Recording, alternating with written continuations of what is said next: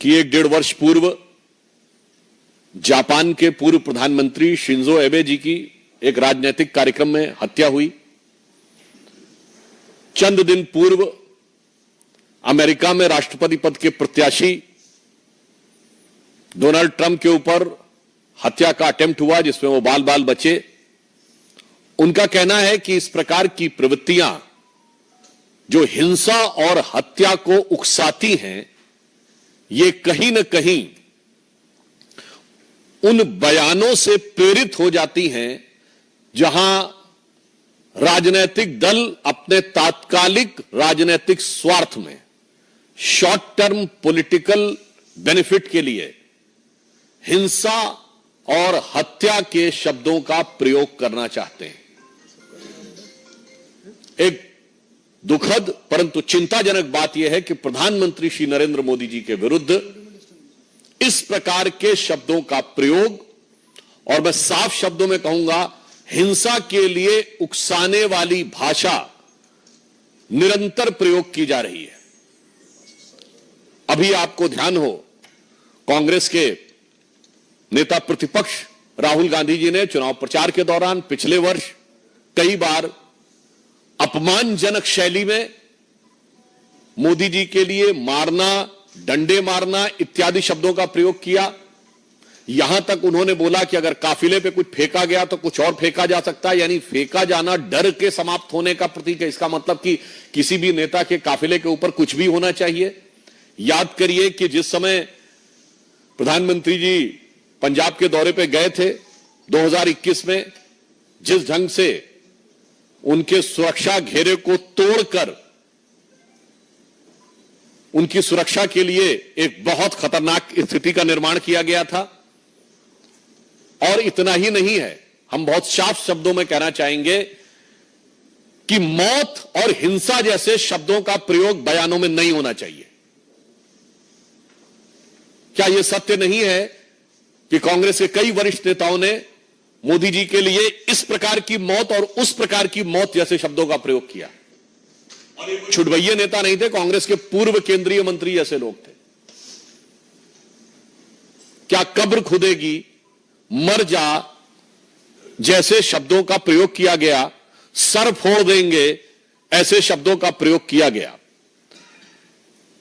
और यह बात सिर्फ आज की नहीं है, यह विगत लंबे समय से चली आ रही है।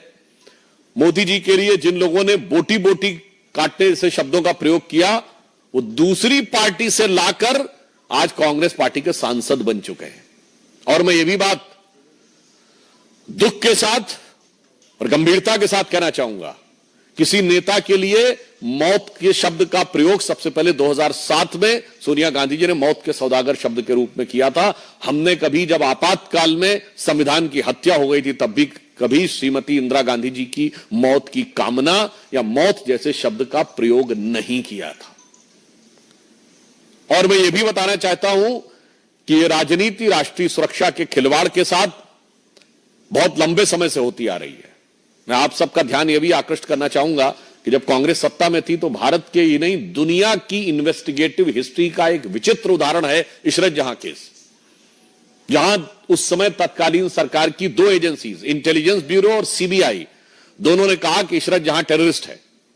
जैसे ही पता चला कि उसका निशाना तत्कालीन गुजरात के मुख्यमंत्री और आज के हमारे प्रधानमंत्री श्री नरेंद्र मोदी जी थे, अचानक सीबीआई ने अपना हलफनामा बदल दिया और कहा टेररिस्ट नहीं है, वो तो मासूम है। भारत के इतिहास में कभी without any reason U turn लेने का कोई उदाहरण नहीं मौजूद था। और आप सबको ध्यान होगा कि जब हमारी सरकार आई और इशरत जहां मामले की फाइल तलब की गई तो पता चला फाइल गायब। और संबंधित अधिकारियों के बयान है कि उन लोगों ने फाइल के ऊपर ऐसा कुछ नहीं लिखा था, केवल तत्कालीन गृह मंत्री ने, चिदंबरम साहब ने अपने आप वो नोट चेंज किया था। ये इंपॉर्टेंट नहीं है।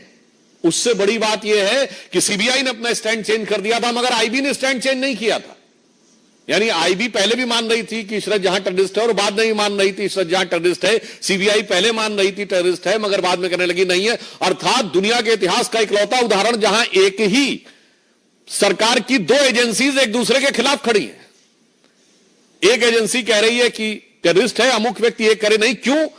चूंकि प्रधानमंत्री श्री नरेंद्र मोदी जी की हत्या के इरादे से जाते हुए किसी टेररिस्ट को बचाव देने के लिए, कवर फायर देने के लिए किस सीमा तक जाया जा सकता है, ये उसका दुखद उदाहरण है। आप सबको याद हो 24 अक्टूबर 2013 को पटना की रैली में सीरियल ब्लास्ट हुए।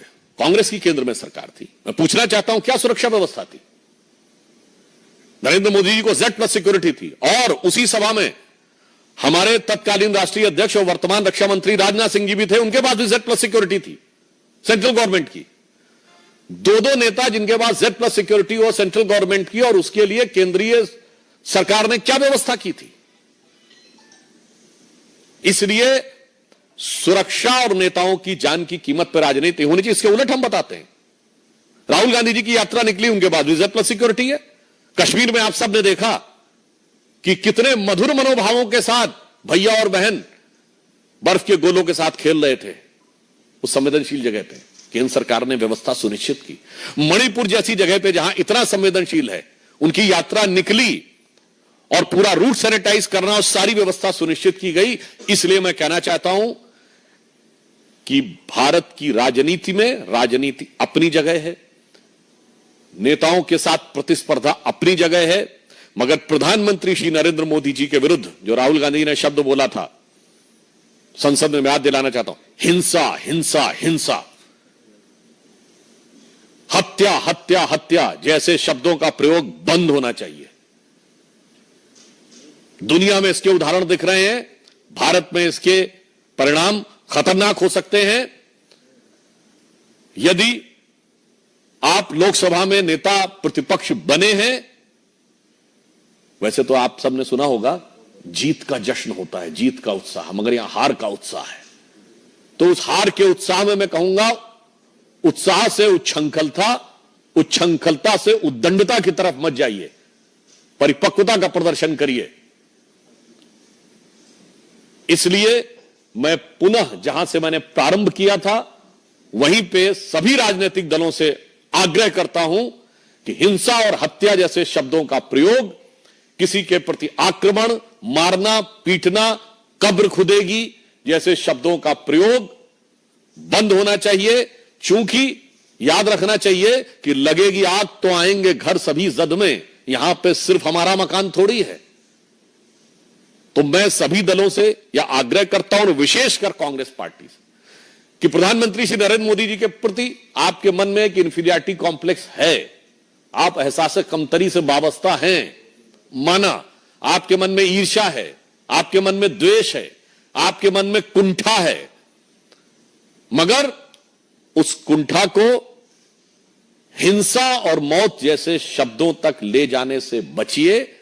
अन्यथा मैं एक पंक्ति के साथ समाप्त करना चाहता हूं, जो सभी नेताओं के लिए, जो मोदी जी के लिए नफरत रखना चाहते हैं, उन्हें ध्यान रखना चाहिए कि देश के सौहार्द वातावरण में कोई प्रोवोकिंग बात नहीं करनी चाहिए कि कागज का है लिबास चिरागों का शहर है, कागज का है लिबास चिरागों का शहर है, चलना संभल संभल के चूंकि तुम नशे में हो।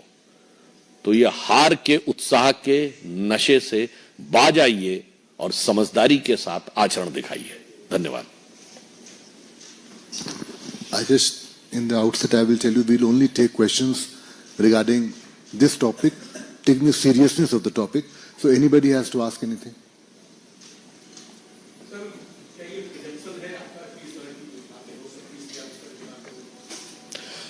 प्रिजम्पशन का विषय यह है कि जब आप इस प्रकार का वातावरण बोलते हैं, मैं पूछना चाहता हूं कि नफरत की दुकान में कौन कौन से जहर बुझे सामान है?